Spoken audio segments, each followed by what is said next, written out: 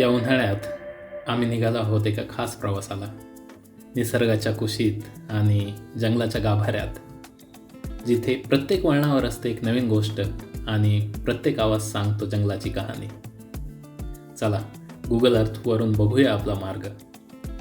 इथून सुरू होतो आपला प्रवास आणि पोहोचतो खोरसापार या सुंदर ठिकाणी. साधारण 12 तासांचा ट्रेनचा प्रवास करून शेवटी आम्ही पोहोचलो नागपूरमध्ये. संध्याकाळची वेळ होती, नागपूरची गरम हवा आणि आम्ही मात्र पूर्णपणे थकलेलो. पण येथे एंट्री झाली आपल्या हिरो अमोलची. त्याने आधीच स्वतःहून एक सुंदर असं हॉटेल बुक केलं होतं, ते पण हेवी डिस्काउंटमध्ये.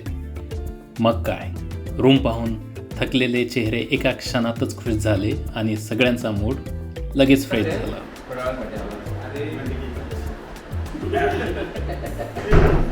तो माझा बेड आहे नाही, मी त्याच्यावर मार्किंग केलं. आता एकच फिलिंग होती, भूक. आणि नागपूरला येऊन सावजी नाही खाल्लं असं कसं होणार. मग ठरलं, सूर्यकांत सावजी. डोकं बसणार ना चालवायला गेलं. ए अरे काय लगेच तू आत्ता बसला बरं का. येताना मी तिथे बसणार. मी इथेच बसणार आहे पूर्ण वेळ.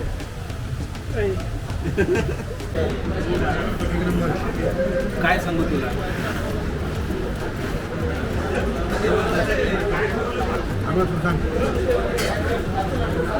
तिखट आहे ना खूप.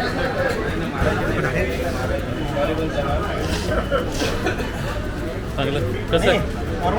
हो का. बुद्धचं काय म्हणणं पुण्यासारखं दाखव एकदा.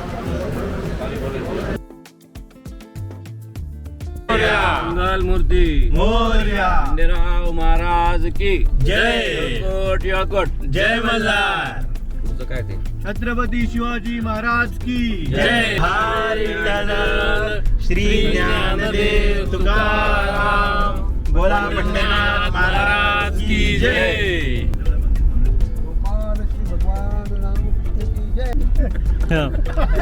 बोल तू बोल. हां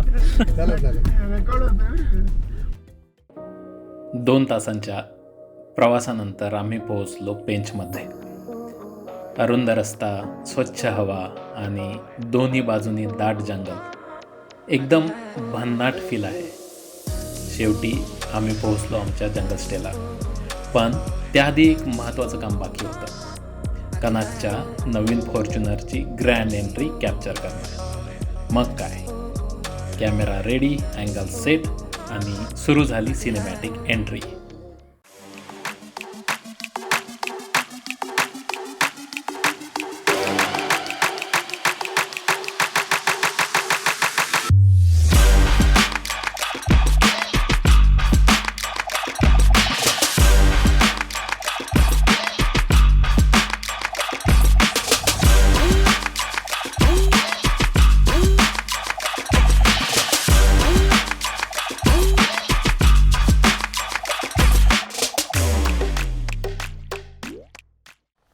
शहरी धावपळीच्या दुनियेतून आज खुर्सापारच्या या पेंचमधल्या गेटला आम्ही जंगलामध्ये एंटर केलेला आहे.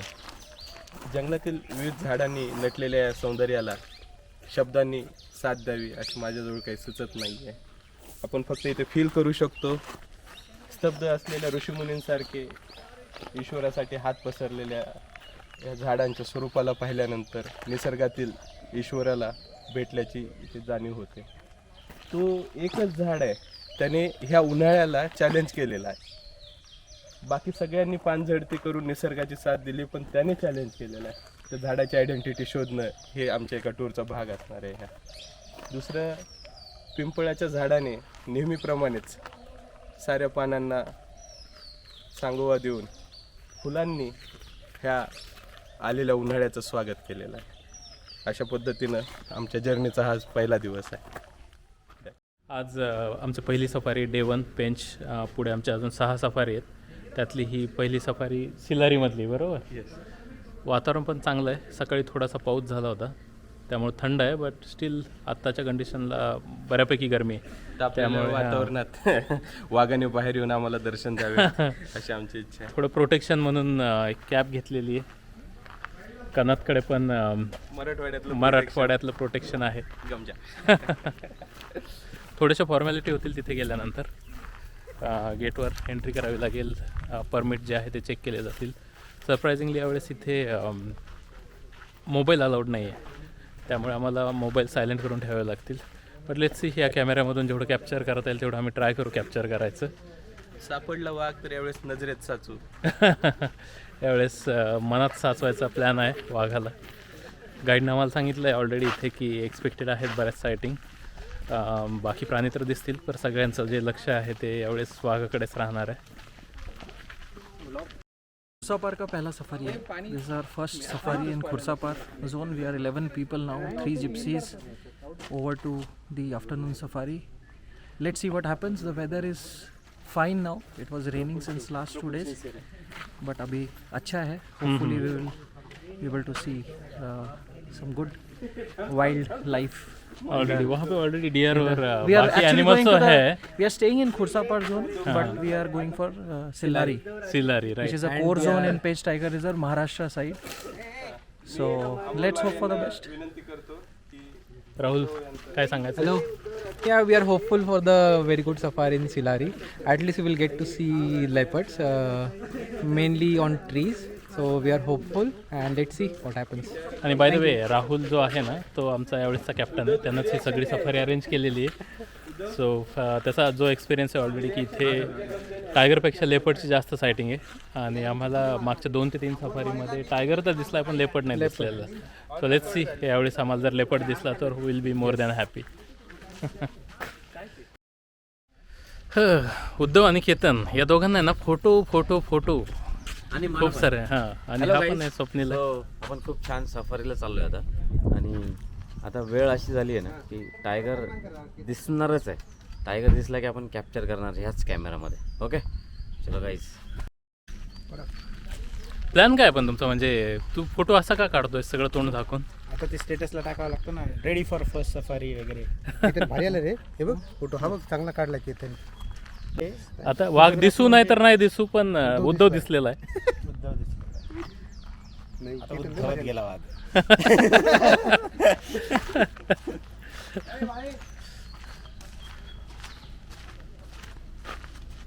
वाळे जरा शाना माणूस आहे आपल्या ग्रुपमध्ये. हां अजून तो म्हणतो ना, केतन म्हणतो की हेकेखोर म्हातारा, हां, त्या प्रकारचा माणूस वाळे. चला तर आपल्या हेकेखोर म्हाताऱ्याकडे जाऊया आपण. आणि नेहमीप्रमाणे फ्रंट सीट त्यानं घेतलेलं आहे.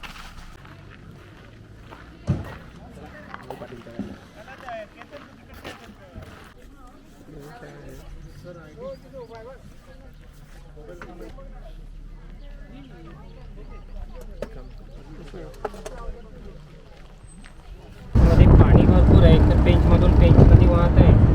70-74 नाले आणि काही मॅनमेड वॉटर बॉडीज पण बनवून ठेवलेले आहेत. कुठल्या टायगरच्या टेरिटरीमध्ये जाणार आहेत आपण? सर इथल्या भागांना नावं ठेवलेलं नाही, नंबरिंग केलेलं आहे. तर इथे T67 नंबरची एक टायगरीस आहे जिला 3 कप्स आहे. हां हां, आणि त्याच्या पुढे 131 टायगरीस, तिला पण 3 कप्स आहे. अच्छा. भारतातील सर्वात मोठं हरिण आपण तर सांभाळला म्हणतो. ही पण भारतामध्ये हरणाच्या 9 जाती होते इथे जे दिसत आहेत.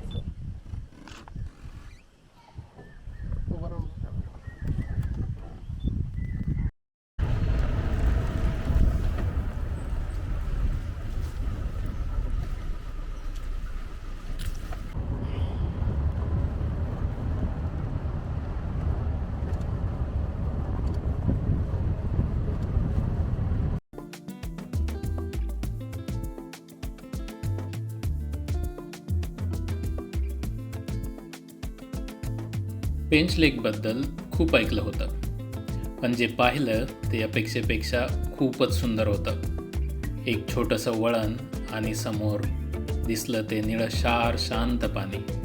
सूर्याच्या किरणानं चमकत होतं. जणू काही सगळं चित्रच जिवंत झालं होतं. त्या क्षणी जाणवलं आपण वाघाच्या शोधात इतकी गुंतलोय की निसर्गाचं खरं सौंदर्य नजरेतून सुटत चाललंय. म्हणून थोडा वेळ थांबलो, तो नजारा मनात साठवून ठेवला आणि शेवटी कनालला सुद्धा बोलायची इच्छा झाली. पेंच नदीच्या पात्रामध्ये आज पुण्यावरून आलेले हे वाटसरू, पाण्याचा वेध, सूर्याची किरणं आणि सगळीकडे पसरलेली हिरवळ, यामध्ये वाघाचा आणि स्वतःचा दोन्हीचा शोध सुरू आहे.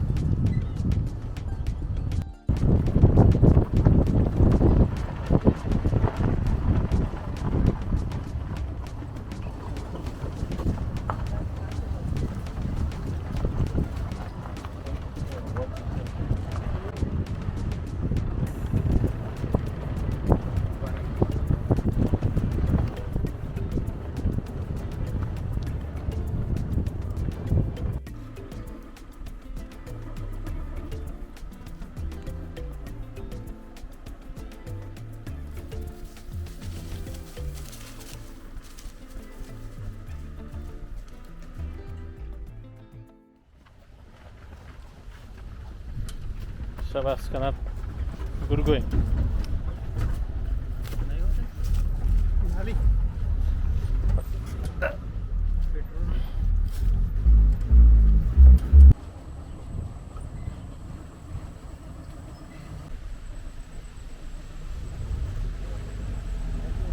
बस संपत आला पण शोध काही संपेना. टायगर काय दिसला नाही. काय अपेक्षा? अजून आपल्याकडे 30 मिनिट्स राहिलेले आहेत. काय चान्सेस आहेत प्रफुल्ल? आता आय थिंक जास्त चान्सेस. सूर्याच्या शेवटच्या सोनेरी किरणापर्यंत सोनेरी प्राण्याचा शोध चालणार आहे.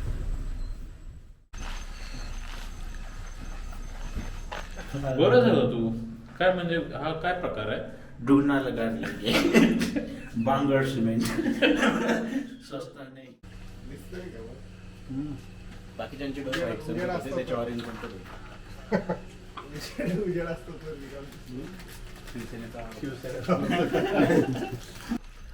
चला, day 2 morning safari 5:30 AM. It's already 5:30 AM. Photo गेला आमचा असा दरवाजा असा. रात्री ह्याच रोडने आम्हाला एक खूप छान वाघ नावाचा हरिण भेटला होता.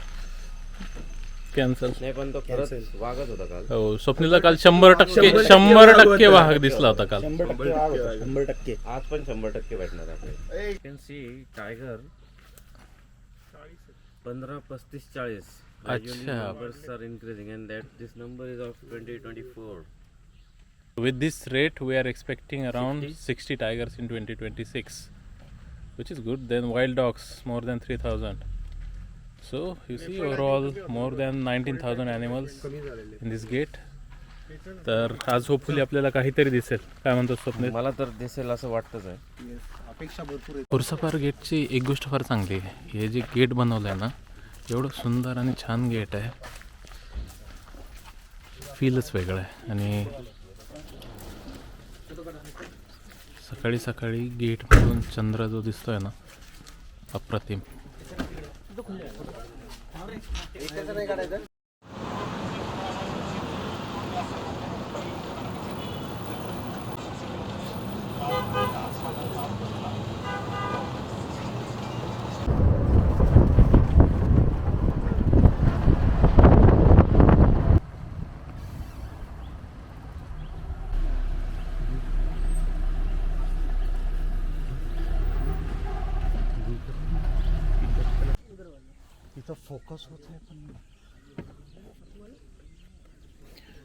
आजची सफारी एकदम ॲक्शन पॅक्ड होती. ॲनिमल सायटिंग जबरदस्त झाली. रानगवे शांतपणे गात होते आणि अचानक वाईल्ड बोरचा पूर्ण कळप रस्ता क्रॉस करून गेला. एकदम थ्रिलिंग मुवमेंट. सांबर डिअरसुद्धा भरपूर दिसले. प्रत्येक वळणावर काहीतरी नवीन सरप्राईज मिळत होतं. पण इतकं सगळं पाहूनही टायगर मात्र काही दिसला नाही. थोडीशी डिसअपॉइंटमेंट तर होती, पण एक्सपिरियन्स जबरदस्त होता. स्वप्नील, कशासाठी उभा आहे तू तिथे? हो सर. काय वरती काय तुझ्या झाड एवढं सावलीला उभा आहे का?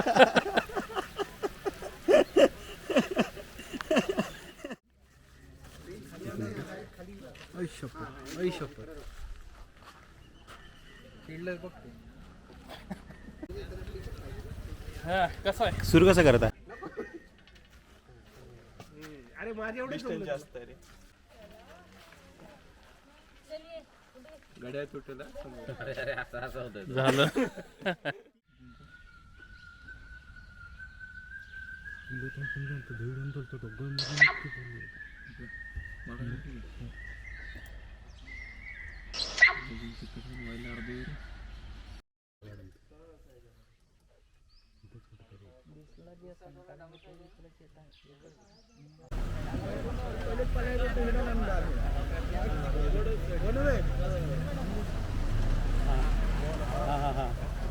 काय म्हणताय?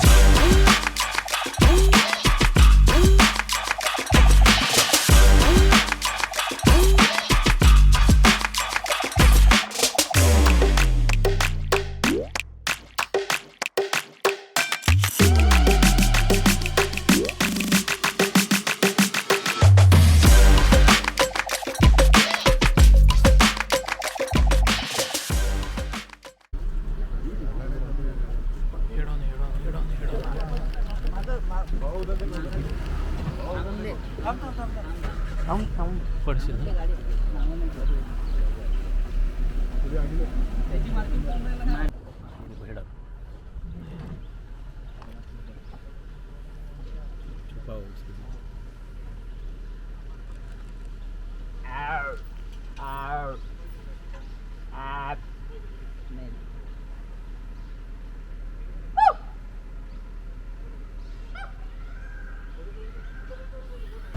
बैठा बैठा.